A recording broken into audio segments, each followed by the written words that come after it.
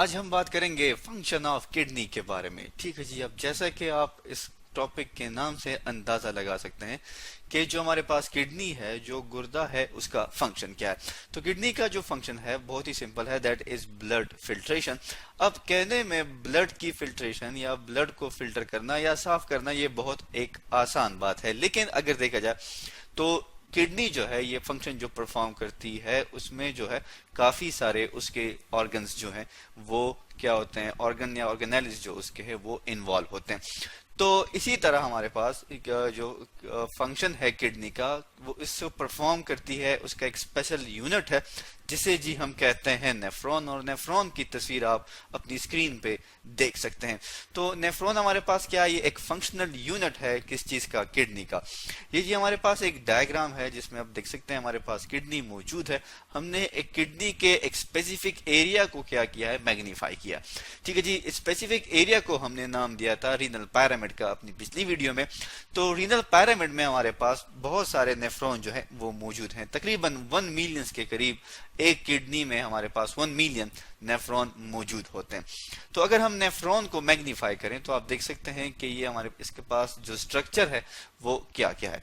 तो सबसे पहले हम शुरू करते हैं इस रेड वन से, जो कि आपको स्ट्रक्चर नजर आ रहा है, इसको जी हम कहते हैं ग्लोमेरुलस। ठीक है जी। ये जो रेड स्ट्रक्चर आपको नजर आ रहा है ये ग्लोमेरुलस है। ग्लोमेरुलस जो है हमारे पास जी, इसको हम क्या कहते हैं कि ये एक बेड होता है, एक गुच्छा होता है, एक क्लस्टर होता है किस चीज का, कैपिलरीज का। इसके दो पार्ट्स होते हैं, एक को हम कहते हैं एफेरेंट, ठीक है जी, और एक को हम कहते हैं ईफेरेंट। ठीक है जी। एफेरेंट जो है जिसको हमने ए से लिख दिया, इससे ब्लड आता है किस चीज में, नेफ्रॉन में, और जब नेफ्रॉन में ये ब्लड इंटर हो जाता है तो यहां से दोबारा वही ब्लड जो है वो इस इफेरेंट के थ्रू बाहर चला जाता है। इसके बाद आप देख सकते हैं इस ग्लोमेरुलस को इंसर्कल किया है किस चीज ने, एक दूसरे स्ट्रक्चर ने, जो कि हमारे पास क्या है, एक कप लाइक स्ट्रक्चर है। अगर आप देखें ये जो स्ट्रक्चर है हमारे पास, ठीक है जी, ये वाला अगर हम इसको इंसर्कल कर दें, ये स्ट्रक्चर जो है इसको हम क्या कहते हैं जी, इसे हम कहते हैं बूमेन कैप्सूल्स। ठीक है जी। बूमेन ने इसको डिस्कवर किया था, उसके नाम से इसका ये नाम पड़ा, दैट इज बूमेन कैप्सूल। और बूमेन कैप्सूल के बाद आपको ये मुड़ी हुई सी स्ट्रक्चर नजर आ रही है जिसको हम क्या कहते हैं, कम्युलेटेड। तो ये जी हमारे पास कहलाता है प्रॉक्सिमल कन्युलेटेड ट्यूब्यूल्स कहलाती हैं। ठीक है जी। यहां से लेके यहां तक का जो रीजन है ये हमारे पास प्रॉक्सिमल कन्युलेटेड ट्यूब्यूल्स कहलाती है। इस प्रॉक्सिमल कन्युलेटेड ट्यूब्यूल्स के बाद आप देख सकते हैं हमारे पास एक यू शेप स्ट्रक्चर बन गया। ठीक है जी। इस यू शेप स्ट्रक्चर को हम क्या कहते हैं, that is loop of Henley, हम इसे कहते हैं। ठीक है जी। क्योंकि हेनली ने इसको डिस्कवर किया था तो उसके नाम से ये पड़ गया इसका नाम। इसके बाद आप देख सकते हैं यहां से लेके यहां तक जो रीजन हमारे पास है, इसको हम, ये भी मुड़ा हुआ है, तो इसको हम क्या कहते हैं, डिस्टल कन्युलेटेड। कन्युलेटेड का मतलब क्या है, मुड़ा हुआ। ट्यूब लाइक स्ट्रक्चर है तो ट्यूब्यूल्स होंगे, so that is distal convoluted tubules है हमारे पास। और उसके बाद आप देख सकते हैं हमारे पास ये मजीद कुछ ट्यूब्यूल्स आपस में जुड़ी हुई हैं जिन्हें हम कहते हैं कलेक्टिंग डक्ट। अब इन्हीं नाम को माइंड में रखते हुए हम पढ़ेंगे कि किडनी जो है वो हमारे पास इस नेफ्रॉन के थ्रू इसके किस पार्ट से किस किस चीज की क्या करती है, फिल्ट्रेशन करती है। तो हम एक दूसरी डायग्राम ले आते हैं ताकि हमें समझने में भी आसानी हो। हमारे पास जो किडनी का फंक्शन है जिसको हम क्या कहते हैं, जो हमारे पास किडनी का फंक्शन है, जो कि हमारे पास क्या है, ब्लड की फिल्ट्रेशन, वो 3 हिस्सों में या 3 स्टेप में कंप्लीट होती है। सबसे पहले हमारे पास होती है प्रेशर फिल्ट्रेशन, उसके बाद हमारे पास होती है सेलेक्टिव रीअब्सॉर्प्शन, और थर्ड हमारे पास जो है दैट इज ट्यूबुलर सिक्रीशन। होता क्या है हमारे पास कि जब ब्लड जो है हमारे पास ये जब इस ग्लोमेरुलस फिल्ट्रेट में इंटर होता है, ठीक है जी, तो यहां पर ये क्या करता है, ये फिल्ट्रेशन कर लेता है। ठीक है जी। ये क्या करता है, फिल्ट्रेशन कर लेता है। फिल्ट्रेशन कैसे करता है कि ये प्रेशर के साथ होती है। ठीक है जी।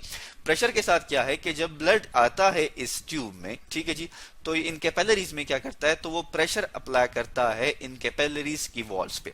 जब ये प्रेशर अप्लाई करता है तो इसमें से कुछ चीजें जो हैं वो फिल्टर आउट हो जाती हैं। ठीक है जी। उन चीजों के वे कौन कौन सी हमारे पास आ जाती हैं, that is water, glucose, salt. ठीक है जी। और यूरिया भी इसमें आ जाता है, तो हम यहाँ पे लिख लेते हैं दैट इज यूरिया। तो ये चीजें जो है हमारे पास ये फिल्टर आउट हो जाती हैं। बाकी जो ब्लड होता है वो हमारे पास इस इफेरेंट आर्ट्रियोल से वापस चला जाता है।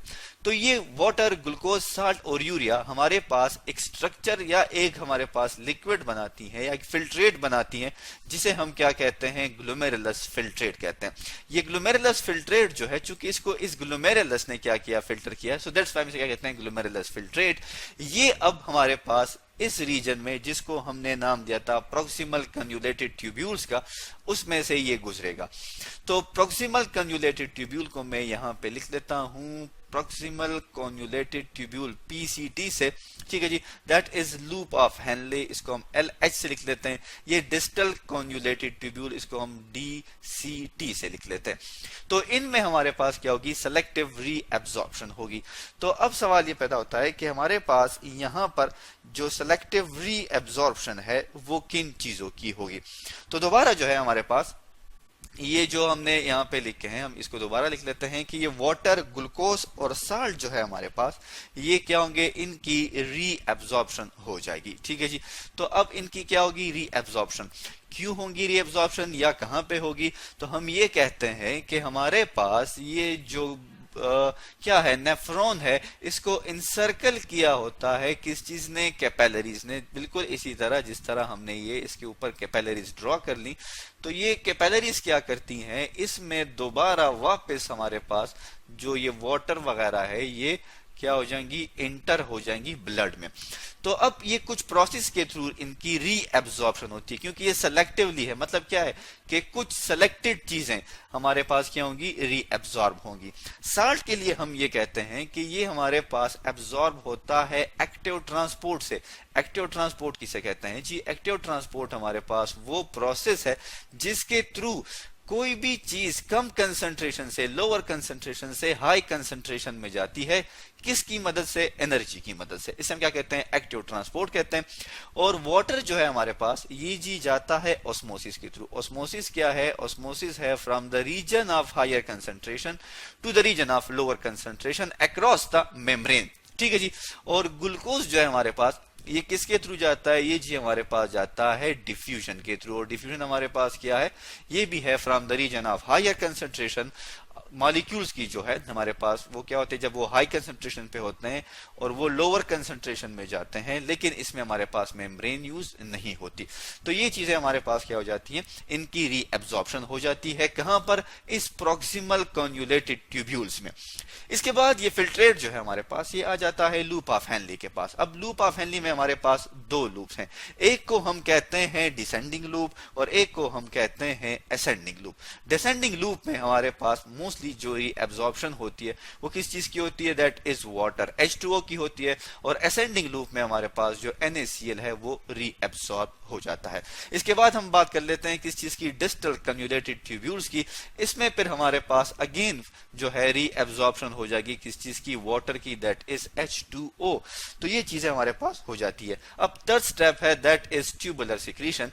जब ये सारी चीजें इस फिल्ट्रेट से निकल जाती हैं, तो यहां पर हमारे पास जो ब्लड है उसका पीएच जो है वो क्या होता है, वो जो है डिस्टर्ब हो सकता है। तो उसके पीएच को मेंटेन करने के लिए हम क्या करते हैं, इसकी ट्यूबुलर सिक्रीशन करते हैं किस चीज की, नेफ्रॉन में। इसमें हमारे पास आ जाते हैं डिफरेंट आयोन्स, ठीक है जी, क्रेटिनीन्स आ जाते हैं और यूरिया जो है वो इसमें आ जाती हैं। और प्लस ये क्या है कि हमारे पास पीएच मेंटेन रखता है किस चीज का, ब्लड का। और ब्लड का जो हमारे पास पीएच है वो हम यहाँ पे लिख लेते हैं, ठीक है जी। पीएच को पहले टी कर लेते हैं, दैट इज पीएच। पीएच जो हमारे पास ब्लड का है ये कितना है, 7.3 से लेके 7.4 तक हमारे पास पीएच है किस चीज का, ब्लड का। तो ये सेलेक्टिव रीएब्जॉर्प्शन दोबारा हमारे पास हो जाती है। ये चीजें दोबारा जो है क्या हो जाती हैं, ब्लड से वापस आ जाती हैं किस चीज में, इस ग्लोमेरुलस फिल्ट्रेट में। क्यों, क्योंकि ये आयोन्स, क्रेटिनिन और यूरिया स्पेशली क्या करती हैं, ब्लड के पीएच को इंक्रीज करती हैं। तो जब ये इसकी हमारे पास फिल्ट्रेशन हो जाती है तो फिर ये हमारे पास इस कलेक्टिंग डक्ट में आ जाते हैं, ठीक है जी। कलेक्टिंग डक्ट में जब ये हमारे पास आ जाते हैं तो अगेन क्या होगा, हम वापस अपनी डायग्राम की तरफ चले जाते हैं जिसमें हमने पढ़ा था कि ये हमारे पास ये क्या कलेक्टिंग डक्ट है। उससे फिर ये आ जाएंगे किस चीज में, इस रीनल, जिसको हमने रीनल पेल्विस का नाम दिया था। और फिर यूरिथ्रा के थ्रू ये हमारे पास चले जाते हैं किस चीज में, ब्लैडर में, जिसको फिर हम यूरिन कहते हैं। तो आज हमने पढ़ा फंक्शन ऑफ किडनी के बारे में।